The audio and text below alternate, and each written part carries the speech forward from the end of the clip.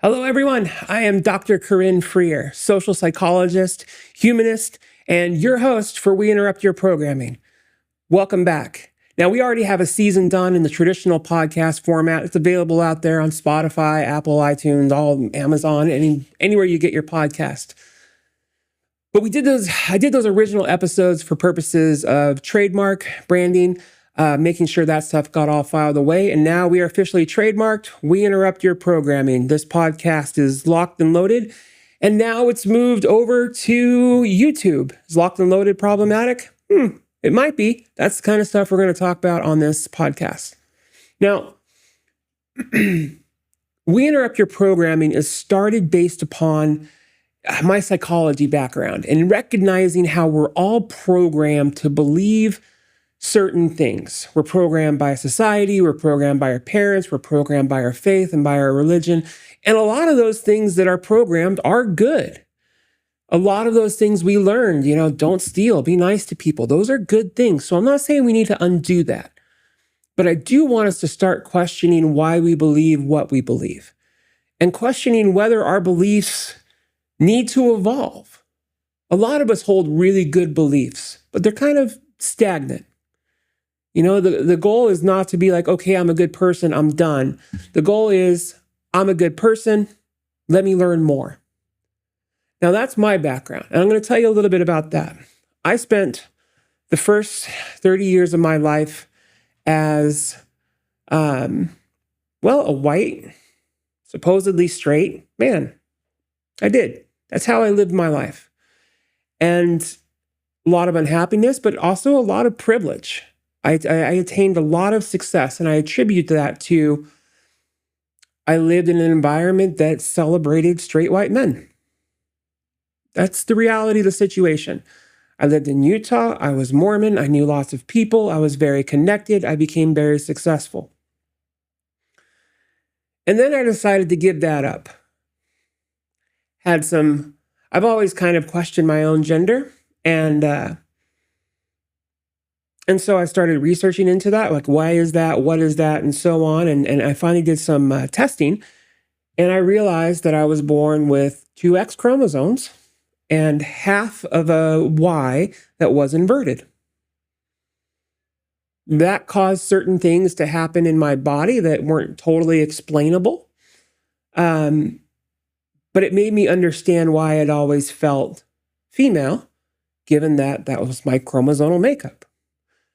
And just like my own body being a nuance, technically I'm an intersex woman, but I have a trans experience as well, so I talk about that a little bit. And at the same time, I recognized that my faith tradition was an important part of me. No longer identify as Mormon. I think that has its own set of problems, but I also don't identify as Christian anymore either, despite believing in Jesus Christ, reading his Bibles, and trying to make sure I live the life that corresponds best with the values, the true values of Christ and his teachings. That's nuance. That's the kind of nuance we're going to get into in this show. By definition, as somewhat of a socially liberal individual, I shouldn't be pro-military, but I am. I shouldn't be pro-religion, but I am. That's the nuance. And I suppose I've been told I shouldn't be pro-America, but I am. Holding that nuance is really important. It's really important for us to be able to understand that those nice little boxes that people want us to live in are actually means of control. They are actually means of forcing compliance. I don't want us to live in boxes. I want us to say, hey, who am I? I want to have the autonomy for everyone to say, this is what I believe, and that's okay. Even if someone's beliefs I think are harmful, I would not in my life think about denying their right to believe it. That kind of autonomy is really important. Now, I also mentioned that I identify as a humanist, and humanists can sometimes feel, because I have faith in humanity, and that can rub people wrong sometimes because they're like, "Oh, don't you have faith in God?" And yes, I do, but until God shows up and says, "Cut this shit out," all we can do is rely on other humans to say, "Hey, cut this shit out."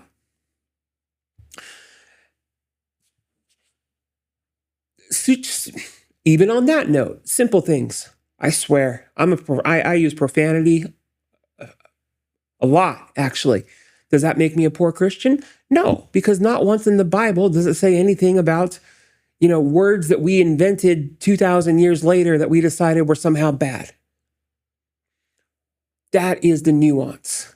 In fact, if we go back, thinking back in Christianity, who was the only consistent enemy of Christ? It was the Pharisees. It was the religious people. They were the only consistent enemy of Christ. And how perfect that's what we see today. Now, I like the phrase calling balls and strikes, but it only works when we're operating from a common understanding of the rules, of knowing what a ball is and what a strike is.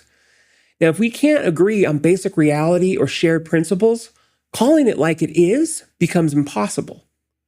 Now, at the same time, you might think this makes me a moderate.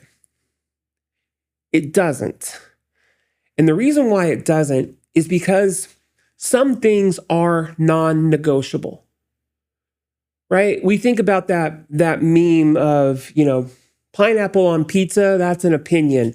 Saying certain people aren't allowed to exist, that's no longer an opinion, that's hate, right? Everyone is allowed to exist. Everyone gets to decide who they are and who they want to be. Fundamentally, that is perhaps one of the most Christian principles that I adhere to, that we have free agency, that we have free will. Otherwise, what the hell are we doing here? So I don't consider myself a moderate because I do think every single human being is an heir to Christ, is an heir to God. I recognize not everyone uses the term Christ for God, and truth be told, I'm not sure what I make of that yet, other than to say, whoever your God is, I'm pretty sure your God created the people. And therefore, as sons, daughters, heirs, quite literally heirs, C.S. Lewis talked about this a lot, big C.S. Lewis fan. How can I, a progressive, queer, trans, intersex woman, be a fan of C.S. Lewis? Guess what? I am also a fan of Tolkien. Tolkien. Sorry. Let me give you another example of nuance. Do I think J.K. Rowling has a big problem on her hands with how much she advocates against a certain class of people? Yeah, I don't like her. Not a good thing. Same time, Harry Potter, genius. Taught millions of kids to read. So if we think about that, if we think about nuance, we become better people, we become better educated, we become more respectful. Now, let's talk about America. I genuinely love America. I love it so much it hurts. And I've always been upset when people are like, "Oh, if you don't like it, leave." If that was the scenario where we leave everything we don't like, none of us would be educated. None of us would take showers and baths. None of us would eat anything except chicken nuggets. Like, that's a stupid argument. If you don't like it, leave. No, if you don't like it, fix it. Our entire nation was built on the premise of if you don't like it, change it. That's why the entire Constitution was designed to be a living document. Now, I'm starting to see a lot of people saying America is a Christian nation, and it's been said for a while. But again, this is where nuance comes into play. America, or the Americas, better stated, when we were a landing place for the pilgrims, when we were a landing place for people to come in and exercise the free exercise of religion, what we ended up was with a lot of little city-states that were run by some sort of religious leader. Didn't work out so well for women who believed in like natural healing, if you get my drift. That was a big problem. And that was a big problem that the founders were aware of. They were aware that implementing religion into the rule of law is a big problem, which is why you won't find any reference or recommendation to God or a deity of some kind in the Constitution. It's not there. It literally starts, we the people. The power is vested in the people, not a God. But then I get people who say, oh, but in the Pledge of Allegiance, it says one nation under God. Yeah, that wasn't added until 1955 or 53. Don't fact check me on the dates and let me know when that was added. It wasn't added until 100 plus years later after the founding of our country. At the same time when people thought it was Christian to deny access to marriage, employment, food to people based upon the color of their skin. That's what was going on when under God was added to the Pledge of Allegiance. Same time, how can I love America? As a progressive, I should hate America, right? I don't. And I've had a lot of chance to think about that over the past year. I'm a pretty well-educated and, not going to say known, but reputable psychologist.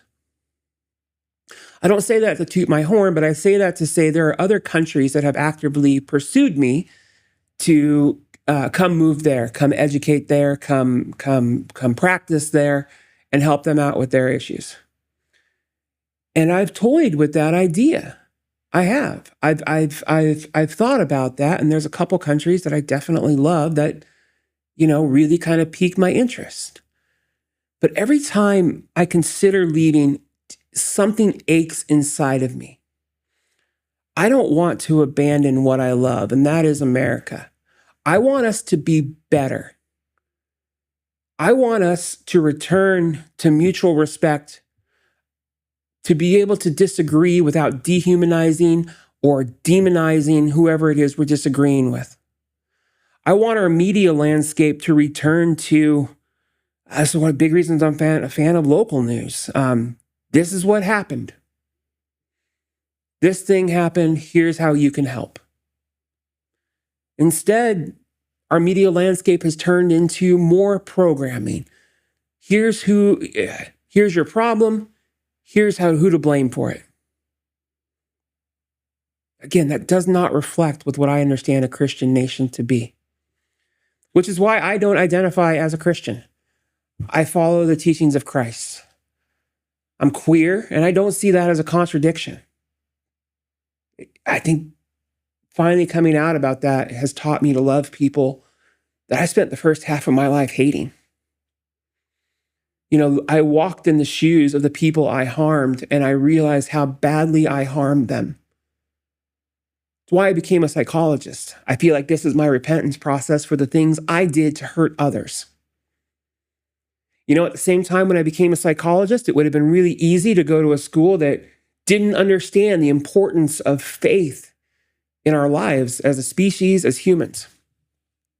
I had offers from a lot of schools, and I ended up choosing to go to a school that is a religious school. I got my doctorate at a school that required attendance at chapel every week because I knew we could not separate the American psyche from the American experience of faith. And even if you aren't a follower of a particular faith, you cannot admit that you have not been impacted by faith in some way. There's a funny story I tell people when it comes to, that LGBTQ and faith dichotomy.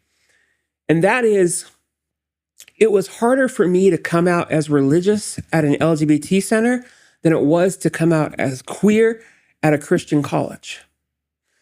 And you might go, well, yeah, because the Christian college will be more accepting. No. Nothing like that.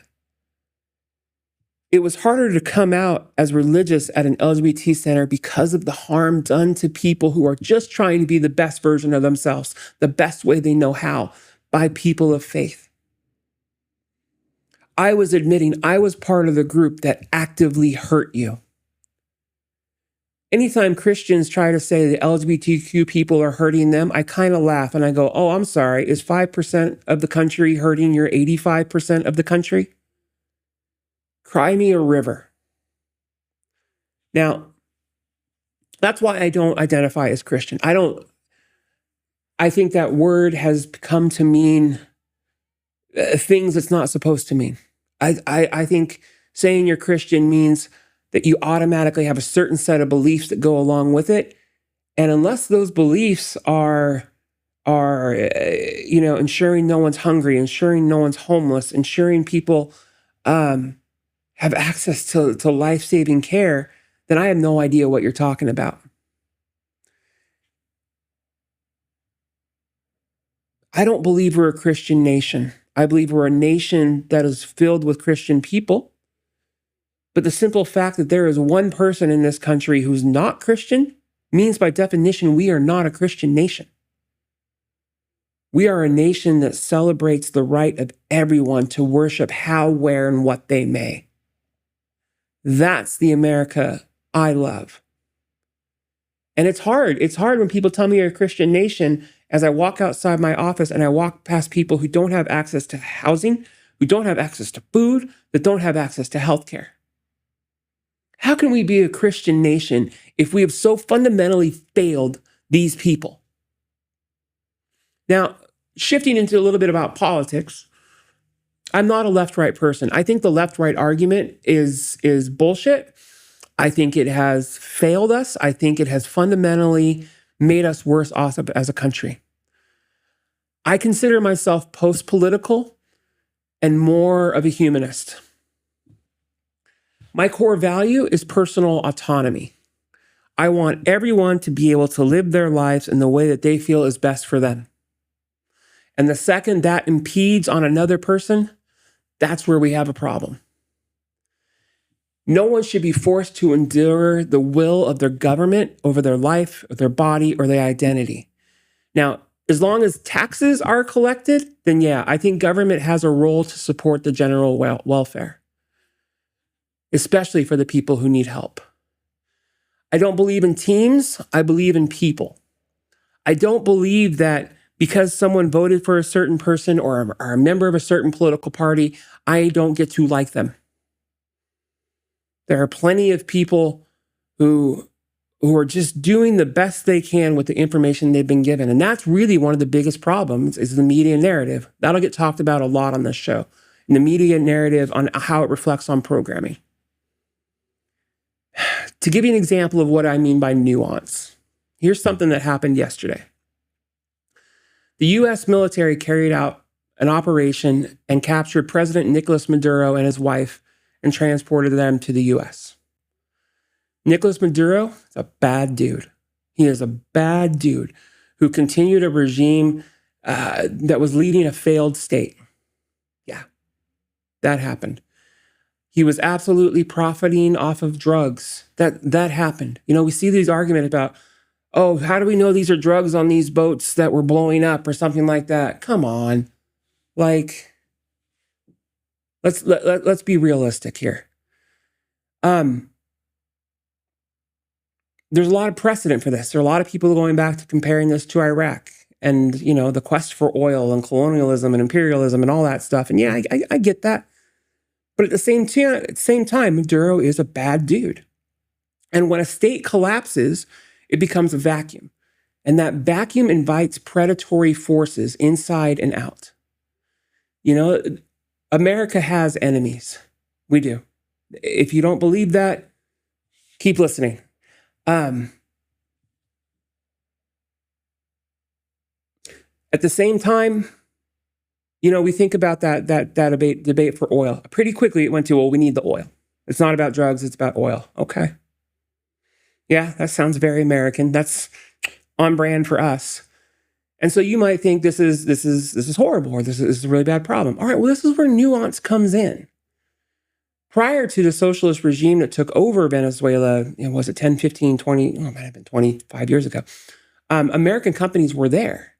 We had infrastructure. We had a lot of equipment, billions and trillions in exploratory wells and processing plants that got seized by the government. That happened. So now when we're talking about American companies going back in, yeah, it's going to be a field day for them in terms of profits, but they also get to reclaim their property that was already there. See what I mean? Nuance. As a queer, liberal, intersex, progressive woman, transish Christian, how do I feel about this? I celebrate Trump that he did it. Quite frankly, it needed to be done. Does that make me a bad liberal? Probably. Does it make me a good conservative? Fuck no. We have to be able to call balls and strikes, and that one was a strike. That was a good hit. Does it make it right? I don't know. Does it make it wrong? I don't know. I think about the humans. I worry about what comes next. Are humans in Venezuela going to be better or worse off because of this action? If they're going to be better off, great. If they're going to be worse off, we have a problem. Now, it's probably strange that someone like me is pro-military, but I am. Anyone who chooses to serve our country, I am profoundly grateful for. And I think that's probably where we're going to wrap today. Again, this is just kind of an introduction on me, talking about the kind of things we're going to be talking about going forward. Going to try to do this multiple times a week. We'll see if it goes anywhere. Again, Dr. Corinne Freer, social psychologist, queer, believer in Christ, intersex, progressive, not moderate, but also can say Trump's done some really good things. That's me. If you want to keep following me, please do. I would love to do this more. I'd love to share the message of us coming together, getting past politics, getting past partisan divide, and starting to see each other again as humans. To have that kind of nuance in that dialogue. If that sounds good to you, subscribe here. Thank you so much for listening in, and I'll see you next time.